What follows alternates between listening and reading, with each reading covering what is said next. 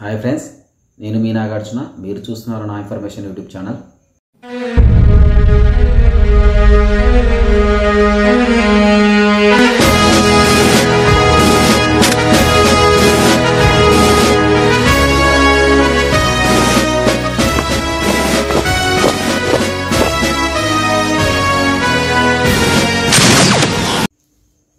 Friends, ఈరోజు ఈ వీడియోలో 27వ తారీఖు నవంబర్ నెలలో ఈరోజు జరిగినటువంటి కానిస్టేబుల్ నోటిఫికేషన్ సంబంధించి హైకోర్టులో హోంగార్డ్ రిజర్వేషన్కి ఏదైతే కేసు ఉందో ఆ కేసు అనేవి ఈరోజు హియరింగ్ అయితే రావడం జరిగింది. చివరి వీడియోలో నేను చెప్పాను సప్లిమెంటరీ కేసు ఈరోజు అయితే వాదనలు జరుగుతాయని. మరి ఈరోజు ఏం జరిగిందంటే, పిటిషనర్ తరఫున ఎవరైతే సీనా కుమార్ గారు ఉన్నారో, సీనా కుమార్ గారు లాయర్ గారు అయితే స్టార్టింగ్లో వచ్చేసి నిన్న కంక్లూజన్గా నిన్న ఏదైతే ఆగిందో అక్కడ నుంచి అయితే కేసు స్టార్ట్ చేయడం జరిగింది. ఇక్కడ వచ్చేసి సెక్షన్ ఇది జీవో నంబర్ 315 ఏదైతే ఉందో దానికి అనుగుణంగా 97 అమెండ్మెంట్ 87 అమెండ్మెంట్ అయితే జీవోలో అయితే తీసుకురావడం జరిగింది. ఆ జీవోలో క్లియర్గా హోంగార్డ్కి స్పెషల్ రిజర్వేషన్స్ అని చెప్పడం జరిగిందని అయితే వాదించడం జరిగింది. దానికి అనుగుణంగానే దీనికైతే ఒక కేసు అయితే మినిమం మార్కులు వాళ్ళకి పెట్టలేదన్న దాని మీద ఒక కేసుని రెఫరెన్స్గా అయితే సీనా నాయక్ గారు అయితే చెప్పడం జరిగింది. ఆ కేసు వచ్చేసి పంజాబ్ స్టేట్ వీస్ ఎవరైతే మన పిటిషనర్ అక్కడ ఉన్నారో జగదీష్ రాయ్ అనే పర్సన్, ఆ పర్సన్ వచ్చేసి government employee and he is ఒక డిసెబిలిటీ పర్సన్. అతను వచ్చేసి జాబ్ చేసుకుంటూ మేమైతే బోర్డ్ ఎగ్జామ్ అపీర్ కావడం జరిగింది. అందులో జనరల్ కేటగిరీకి 80 మార్క్స్, బీసీకి 70 మార్క్స్, ఎస్సీ ఎస్టీ వాళ్ళకు 60 మార్కులు అయితే కేటాయించడం జరిగింది. ఎక్స్ సర్వీస్ మెన్ కూడా కేటాయించడం జరిగింది. ఈ కేసులో వచ్చేసి అతను వాదించినందుకు గాను వాళ్లకు 60 మార్కులు అయితే కేటాయించడం జరిగిందని అయితే మన సీనా నాయక్ గారు అయితే పిటిషనర్ తరఫున లాయర్ గారు అయితే అక్కడ ఫేవర్గా వచ్చిందని అయితే వాదించడం జరిగింది. దాంతోపాటు మరి ఈ కేసులో వచ్చేసి హోంగార్డ్ రిజర్వేషన్ కేసులో ఏదైతే 1167 స్పెషల్ కేటగిరీ పోస్టుల కింద ఉన్నాయి, దానికి వీళ్ళైతే ఎగ్జామ్కి అయితే అటెండ్ అయ్యారు. మరి అటెండ్ అయిన తర్వాత వీళ్ళకైతే ఏది కూడా క్యారీ ఫార్వర్డ్ అవ్వట్లేదు, వాళ్ళకైతే ఏది కూడా వీళ్ళు ఫలాలు పొందట్లేదు. కొంతమంది మాత్రమే క్వాలిఫై అవుతున్నారు, వాళ్ళ స్పెషల్ కేటగిరీ అయితే ఫలాలు అయితే అందట్లేదని అయితే ఇక్కడ చెప్పడం జరిగింది. మరి దాంతోపాటు మరి వాళ్ళు ఇలాగే లైఫ్ లాంగ్ హోంగార్డ్గానే ఉండిపోవాలా, ఆర్టికల్ 14 దాని ప్రకారం ఫండమెంటల్ రైట్ అలానే ఉండిపోవాలా అని అయితే ఇక్కడ క్వశ్చన్ అయితే రైజ్ చేయడం జరిగింది.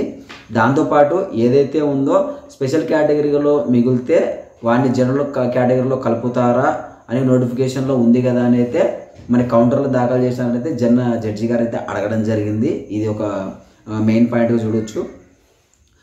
స్పెషల్ కేటగిరీలో ఉంది కదా అని అయితే చెప్పడం జరిగిందని ఇందాక చెప్పాను కదా. జడ్జి గారు ఆ పాయింట్ తర్వాత అయితే మరి ఇంకొక ఏదైతే జీవో నంబరు 17 మరి 87 ఉందో అందులో ఏదైతే ఈ ఎఫెక్టులుగా జడ్జిమెంట్లో ఇచ్చిన విధంగా స్పెషల్ కేటగిరీ ఇచ్చింది ఆ జీవోలను అయితే మన లాయర్ సీనా కుమార్ గారు అయితే వాదించడం జరిగింది. మిగిలిన పోస్టులు జనరల్ వాళ్ళకైతే కేటాయిస్తున్నారని అక్కడ ఉంది కదా అని చెప్పింది. మరి జడ్జి గారు నోటిఫికేషన్లో మినిమం మార్క్స్ ఉంది కదా, మరి అందరికీ అని ఉంది కదా అని అయితే అక్కడ చెప్పినాడు అనమాట జడ్జి గారు. దాంతోపాటు ఏం జరిగిందంటే తర్వాత వచ్చేసి మరి ఈ జీవోలో కూడా 87 అమెండ్మెంట్ జీవోలో ఏదైతే మరి సవరణ వచ్చిందో హోంగార్డ్ కేటగిరీకి స్పెషల్ కేటగిరీగా ట్రీట్ చేయండి అని చెప్తూనే అక్కడ జనరల్కి 80 మార్క్స్, బీసీకి ఏదైతే మరి 70 మార్క్స్, ఇది మామూలు 60 మార్క్స్ దాని ప్రకారం అనుకుంటే ఇక్కడ ఓసీకి 40%, బీసీ వాళ్ళకి 35%, ఎస్సీ వాళ్ళకి 30% అని అనుకోవచ్చు కదా అని అయితే జడ్జి గారు వాదించడం జరిగింది. అంటే అక్కడ అతనికి పిటిషనర్ గారిని అడగడం జరిగింది. అది ఎందుకు వచ్చిందంటే ఇక్కడ ఈ 87 అమెండ్మెంట్లో మినిమం మార్కులు అనేది కేటాయించలేదు అని చెప్పినందుకు గాను జడ్జి గారు అయితే పై విధంగా రెస్పాండ్ అవ్వడం జరిగింది. దానికి గాను మరి జడ్జి గారు చెప్పిన దానికి గాను అయితే మన పిటిషనర్ గారి తరపునటువంటి మన సీనా నాయక్ గారు అయితే ఈ యొక్క జీవో కూడా 87 జీవోకి ఈ 22 నెంబర్ రూల్ ఏదైతే ఉందో అది స్పెషల్ కేటగిరీ అనేది అప్లికేబుల్ అవుతుంది సార్, అది పేరే నెంబర్ 7లో ఉంది, సపరేట్ మెరిట్ లిస్ట్ ఇవ్వండి అనేది ఒక లైన్ అది ఉంది, ఒక సమాచారం అయితే అక్కడ ఉందని అయితే మన సీనా నాయక్ గారు అయితే చెప్పడం జరిగింది. సో మరి సరేనండి. దాని తర్వాత ఈ కేసు అదే ఏదైతే అమెండ్మెంట్ ఉందో దానికి 88 కౌంటర్ అనేది చెప్పింది. ఈ 87 అమెండ్మెంట్లో అక్కడ ఇచ్చింది ఏంటంటే ఒక 6 మెంబర్స్కి మాత్రమే హోంగార్డ్స్కి సపరేట్ మెరిట్ లిస్ట్ ఇవ్వండి అనేది అయితే ఉందని జరిగిందని చెప్పినారు సీనియర్ నాయక్ గారు. అక్కడ జడ్జి గారు మరి అక్కడ 6 మెంబర్కి ఇచ్చారు కదా అనేది అడగడం జరిగింది. సపరేట్ మెరిట్ లిస్ట్ అక్కడ ఎందుకు వచ్చిందంటే వాళ్ళు వచ్చేసి ఏదైతే జనరల్ అభ్యర్థులుగా కేటగిరీగా పరిగణించలేదో వాళ్ళు అంటే తెలంగాణలో వర్క్ చేసే వాళ్ళు ఇక్కడికి వచ్చారు, ఏపీకి వచ్చినప్పుడు వాళ్ళు జనరల్గా అవుతున్నారు కాబట్టి వాళ్ళకి సపరేట్ మెరిట్ లిస్ట్ ఇవ్వండి అనే ఒక పాయింట్ అయితే ఇక్కడ జడ్జి గారు అయితే ఇక్కడ ప్రస్తావించడం జరిగింది సీనియర్ నాయక్ గారు ముందర. సీనియర్ నాయక్ గారు కూడా అది హోంగార్డ్స్కి ఇచ్చారు స్పెషల్ కేటగిరీగా, అక్కడ ట్రీట్ చేసినామని. దానికే మాకు ఇక్కడ ఎందుకు ఇవ్వట్లేదు మేము వాళ్ళగా అని అయితే ఇక్కడ చెప్పడం జరిగింది. 87 కౌంటర్గా దీన్ని ఆల్ కేటగిరీస్కి స్పెషల్ కేటగిరీస్ అప్లికేబుల్ ఇది అని అయితే అక్కడ సీనియర్ నాయక్ గారు చెప్పినారు ఈ 87 అమెండ్మెంట్కి గాను. సో ఇది ఫ్రెండ్స్.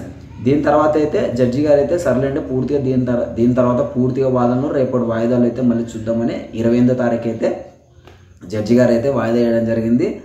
మరి ఈ 28వ తారీఖు అయితే జడ్జి గారు వాయిదా వేశారు. ఆ వాయిదా కూడా మళ్ళీ సప్లిమెంటరీ నోటిఫికేషన్లోనే మళ్ళీ ఈ కేసుని అయితే ఉంచడం జరిగింది. ఏదైతే మొన్న వీడియోలో చెప్పానో 62 కేసులు ఈ జడ్జిమెంట్ పైన ఉన్నాయని చెప్పానో ఆ 62 కేసులు కాస్త 76 కేసులు అయితే అయినాయి. దాన్ని మీరు స్క్రీన్ మీద చూడొచ్చు.